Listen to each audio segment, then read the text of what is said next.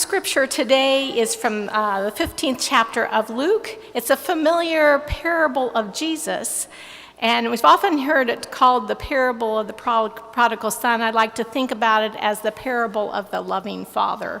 And this section I will be reading is the end part where where the father and the older son are together. Now his elder son was in the field, and when he came, he approached the house. He heard music and dancing.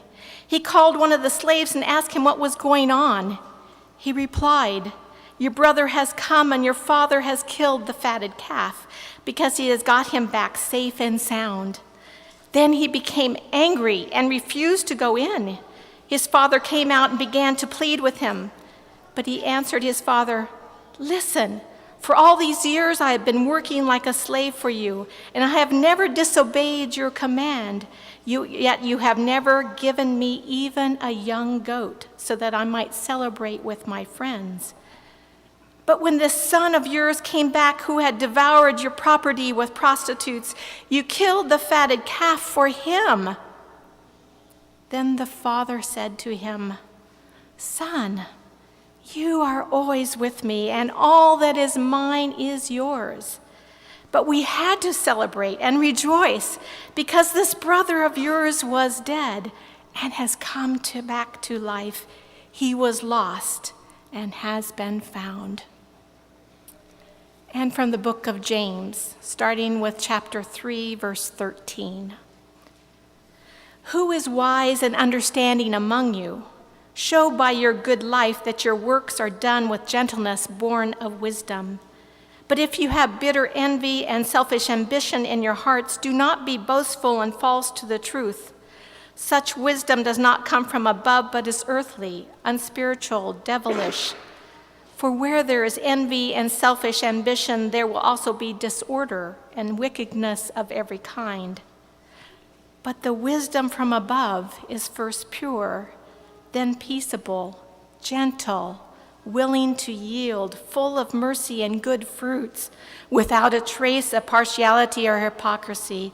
And a harvest of righteousness is sown in peace for those who make peace. Those conflicts and disputes among you, where do they come from? Do they not come from your cravings that are at war within you? You want something and do not have it, so you commit murder. And you covet something and cannot obtain it, so you engage in disputes and conflicts. You do not have because you do not ask. You ask and do not receive because you ask wrongly in order to spend what you get on your own pleasures. Draw near to God, and God will draw near to you. Cleanse your hands, you sinners, and purify your hearts, you double-minded."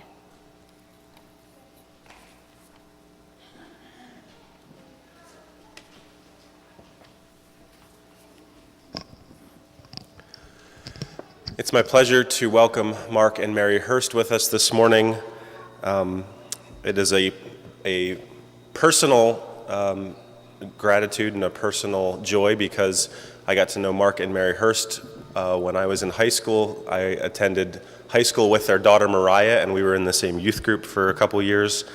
Mark and Mary come to us from Australia, where they serve with Mennonite Mission Network and have been for the last 26 years in Australia. The ladies' class has been supporting them, and they think for at least 6 years, with lots of encouragement and handwritten letters as well, I believe. So it's my pleasure to welcome Mark and Mary to share with us this morning. Mark, Mary, thank you.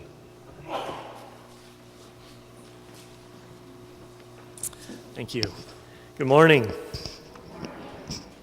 It was good to sing number one, "What is this place today?" When we first went to Australia, we had a house church, and that song became our theme song. And then we were part of a house church network of house churches across Australia, and we taught them that song, and that became the song that we sang when we gathered as a network. And that song is still being sung in house churches around Australia today. So we felt very much at home this morning when we heard that song. Mary and I will be sharing about our ministry in Australia and New Zealand in the Sunday school hour, so I won't talk much about that in this time. But what I want to do is share something that came out of some reading that I did last year. I was reading a book called Not in God's Name, Confronting Religious Violence. This is a book written by, and I think we're going to get the book up here in a minute, get the PowerPoint working. It's a book written by Jonathan Sacks, who was the chief rabbi in Great Britain. He's authored over 25 different books, and in this particular book, he was asking the question, why don't the three Abrahamic faiths get along? Why don't Jews and Christians and Muslims who share much of their early history in the book of Genesis, why can't they get along? And so I want to talk about his answer to that question, particularly looking at stories in Genesis, and then I want to apply it to the church today. He begins by talking about sibling rivalry.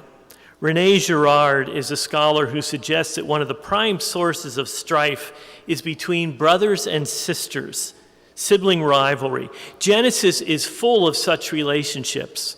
Isaac and Ishmael, Jacob and Esau, Rachel and Leah, Joseph and his brothers. The first murder that we see in the Bible is fratricide. It's between two brothers, Cain killing Abel. Sibling rivalry plays a central role in human conflict, and it begins with the desire to have what your brother or sister has, or even to be what your brother or sister is. Now, sibling rivalry is the dominant theme of the book of Genesis. God does seem to have favorites, often the younger over the older. There does seem to be a zero-sumness, a win-lose about these stories. Rabbi Sacks asked this question: what if there is another way of reading these stories? What if the alternative reading turned out to be how they were written to be read? What if Genesis turned out to be God's way of showing a different understanding of our relationship with God and the human other? When you read these stories, these patriarchal stories, at first glance, you think, why would the writers put these stories in there? They're all about dysfunctional families. They're about brothers and sisters that don't get along. So what's going on? And what Rabbi Sacks says is there's actually something else going on. Underneath that surface story, there's a more radical story, and I want to look at that today. In each story of apparent choice and rejection in Genesis, there's a counter-narrative, a counter-story that subverts the surface story and presents a more nuanced, generous picture of divine and, by implication, human sympathy. The surface story itself is revolutionary. It asserts that the hierarchy of the ancient world gets turned upside down. Often the younger gets put over the older. But when you look at it in a different way, the counter-narrative is more radical still, because it hints at the most radical of monotheism's truths, that God may choose, but God does not reject. Now, a bit of a review of Genesis, and I need to warn you, I'm more a teacher than a preacher, and the church that we pastor in Australia is a small congregation. Often on a Sunday morning we have 15 or 20 people, and we meet around tables, and when I ask questions, I expect answers. So I'm going to ask some questions today, and I want to hear from you and have you help me. And I'm sorry if the sermon time is the time when you kind of nod off. I'm going to actually ask you to engage and to be part of this. So a bit of a review about Genesis. Genesis has four main sections. The first part of Genesis, 1 to pretty much the end of 11, is the primeval story. That's the story of beginnings, the creation stories. And we have Noah's story of the flood and those stories. And then we get to the story of the people of Israel, starting with Abraham. From 11:27 through 25:18, the story of Abraham, and then 25:19 through 36, the Jacob cycle, and then 37 to the end of 50, the story of Joseph. There's little independent narrative about Isaac, so the second patriarch, so he kind of gets mixed in there with the other stories.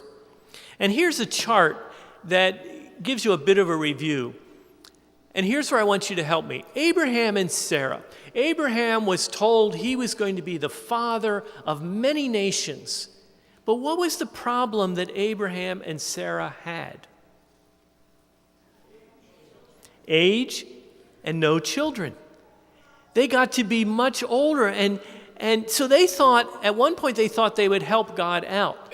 So Abraham and Hagar got together. Who is Hagar?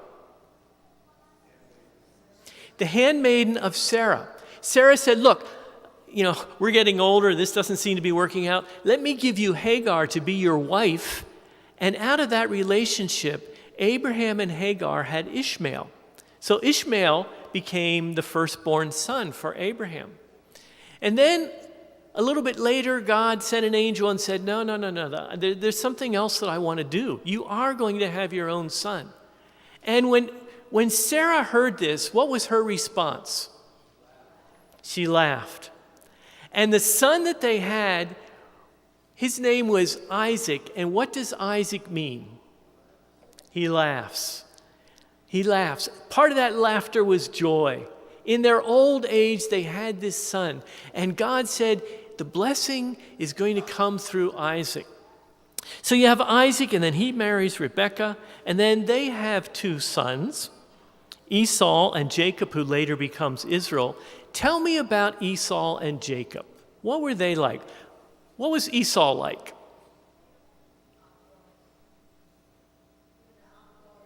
He was an outdoorsman. He was a hunter. And it tells us that he was his father's favorite. So we see that there's going to be some trouble in the beginning in this family. The father and the mother have favorites. And even before they're born, it said that these two sons are going to be in conflict and they're going to struggle. What was Jacob like? If Esau was an outdoorsman and his father's favorite, what was Jacob like? Mama's boy. It says he liked to stay home among the tents, and he did cooking, and he was his mother's favorite. So you can see the story is setting us up for conflict from the very beginning. Well, Jacob gets married, and we're going to talk a little bit about Leah and Rachel later, but first he marries Leah, and then he has to work another 7 years to marry Rachel. And Leah and Rachel get into a bit of a competition to see who can produce the most sons for Jacob. And they even, when they start slowing up, they again throw in their handmaidens. So you have this whole list of sons to Jacob and Leah, and then Zilpah, the handmaiden.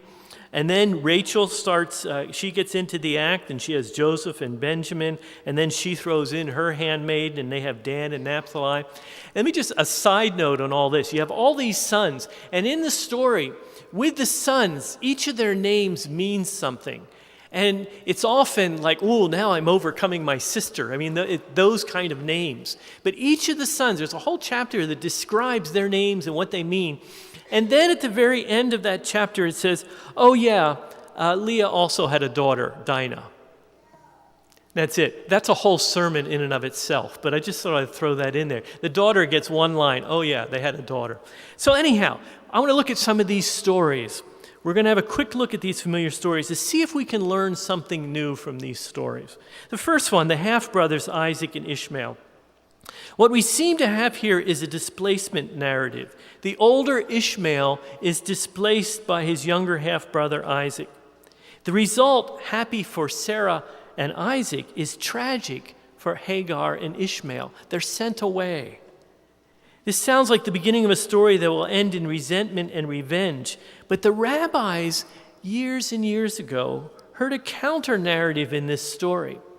4 times in the text, we're told that Ishmael will be blessed by God.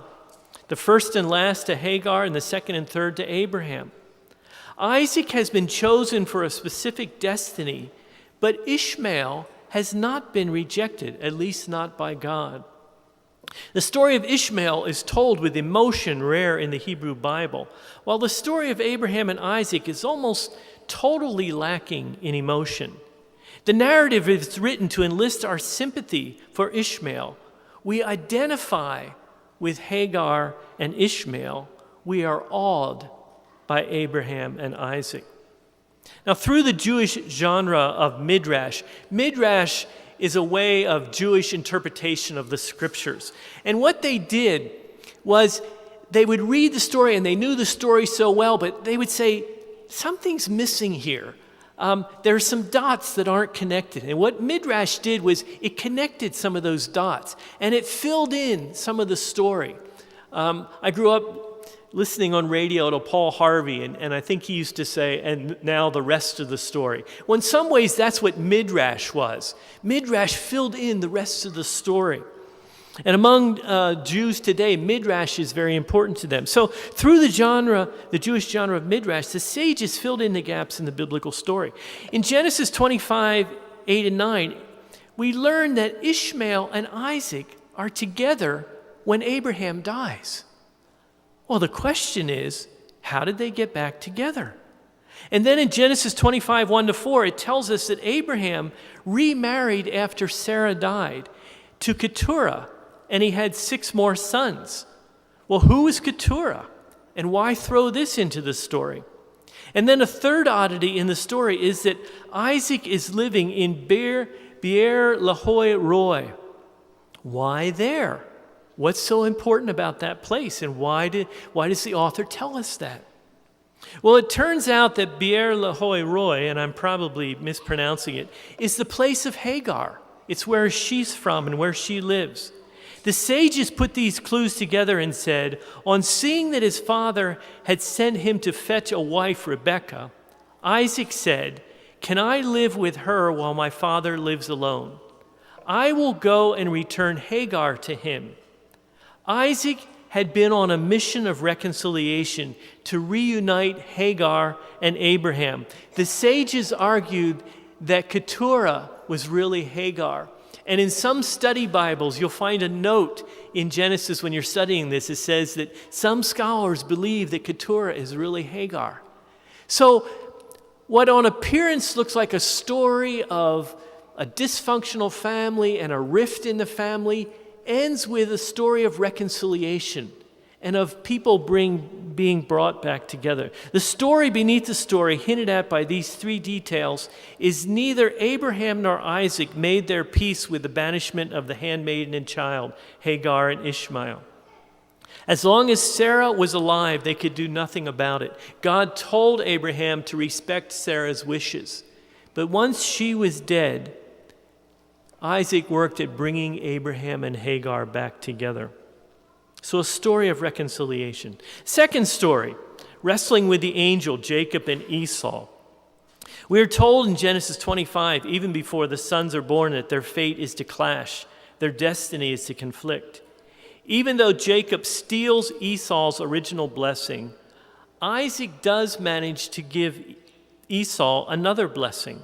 And it carries a qualification of Jacob's supremacy only as long as he doesn't abuse it. Now, some questions are raised by this story. Does God give blessings through stealth? Are we able to steal away a blessing? Nothing in this story is as it seems on the surface. Why does when Jacob and Esau get back together again, Jacob bows down to Esau and he calls him my Lord. Well, why does Jacob bow down when he meets him again? Why does he call him Lord? What's going on here? Well, the night before he met with his brother, what happened to Jacob? Do you know?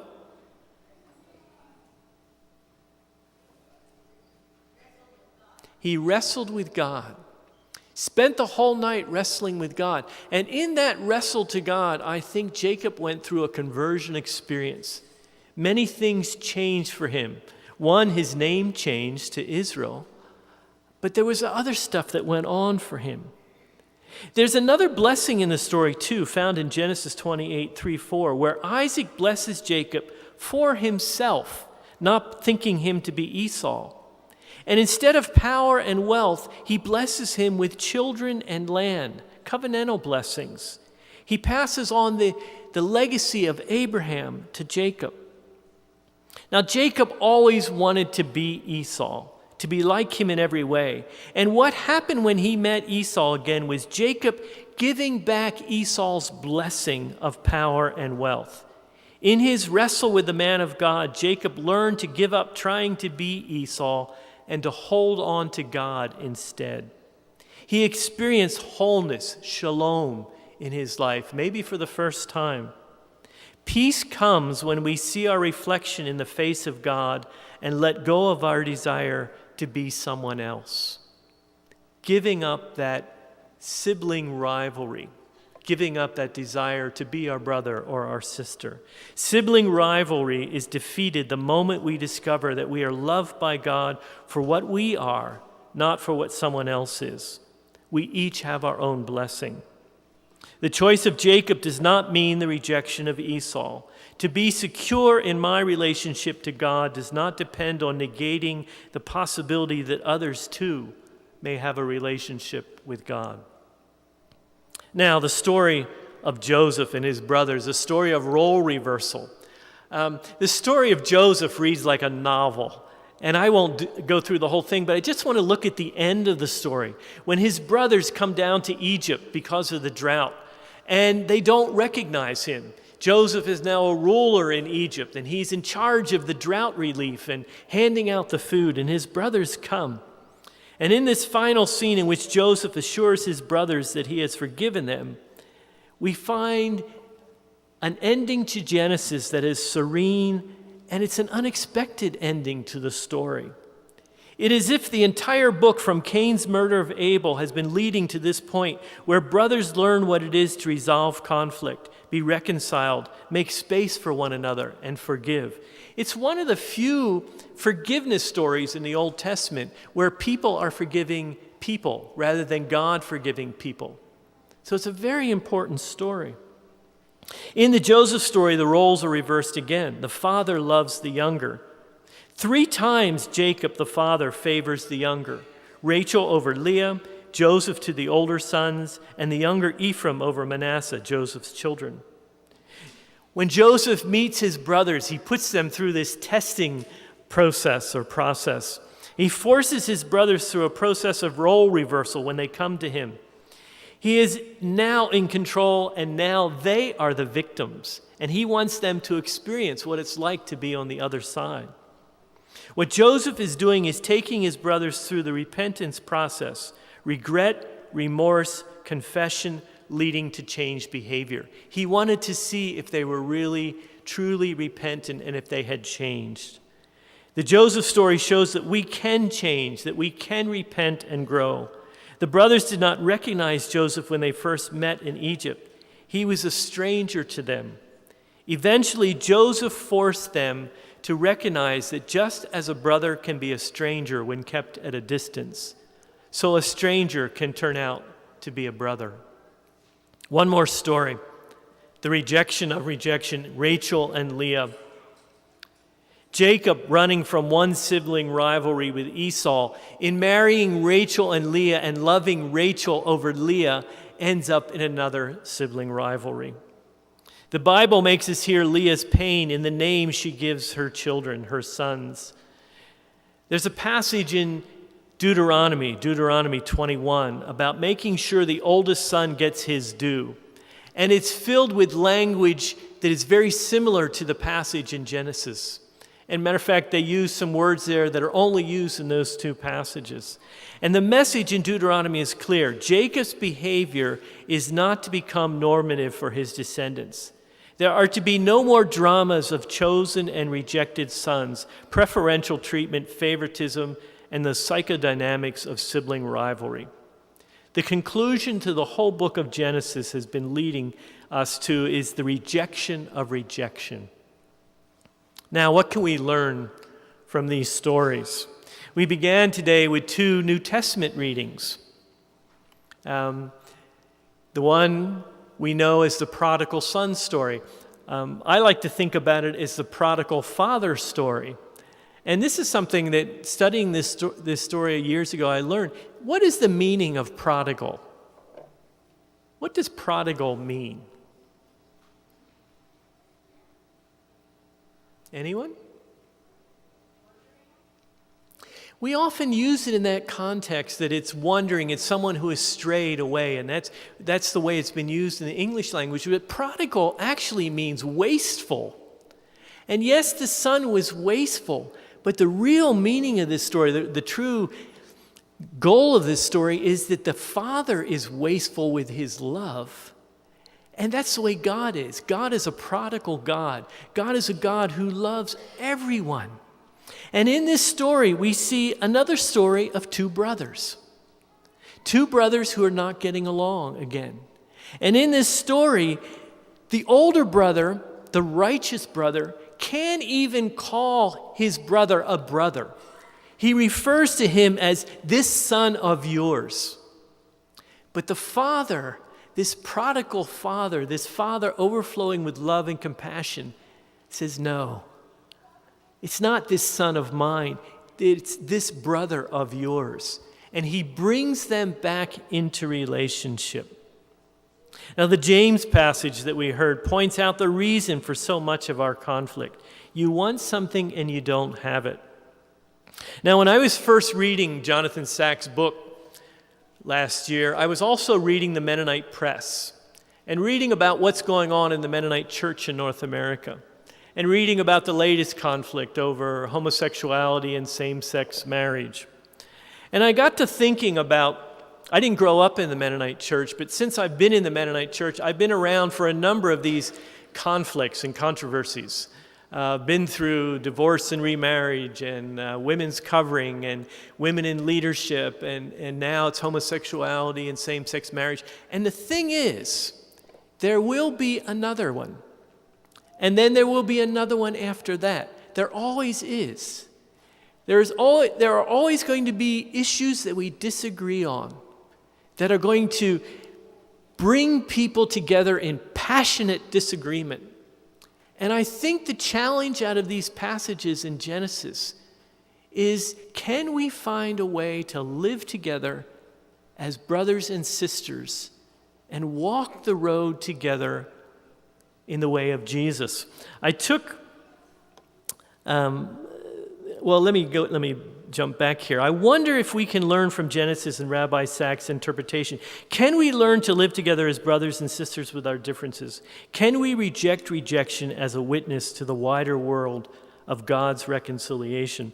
I took the title of my sermon today, Do Not Quarrel on the Way, from Joseph's directions to his brothers as they were returning to bring their father back to Egypt. He knew his brothers well. And what he said to them was, do not quarrel on the way. I love that. The last instructions as they're leaving, do not quarrel on the way. And I think that's a good word for us in the Mennonite Church today. As we're on the way following Jesus, we should take this to heart, to not quarrel on the way, to find ways to deal with our differences, to be able to talk about them, but to remember that our real task is to be salt and light in the world, to walk and follow the way of Jesus. The book of James says, wisdom from above is first pure, then peaceable, gentle, willing to yield, full of mercy and good fruits, without a trace of partiality or hypocrisy.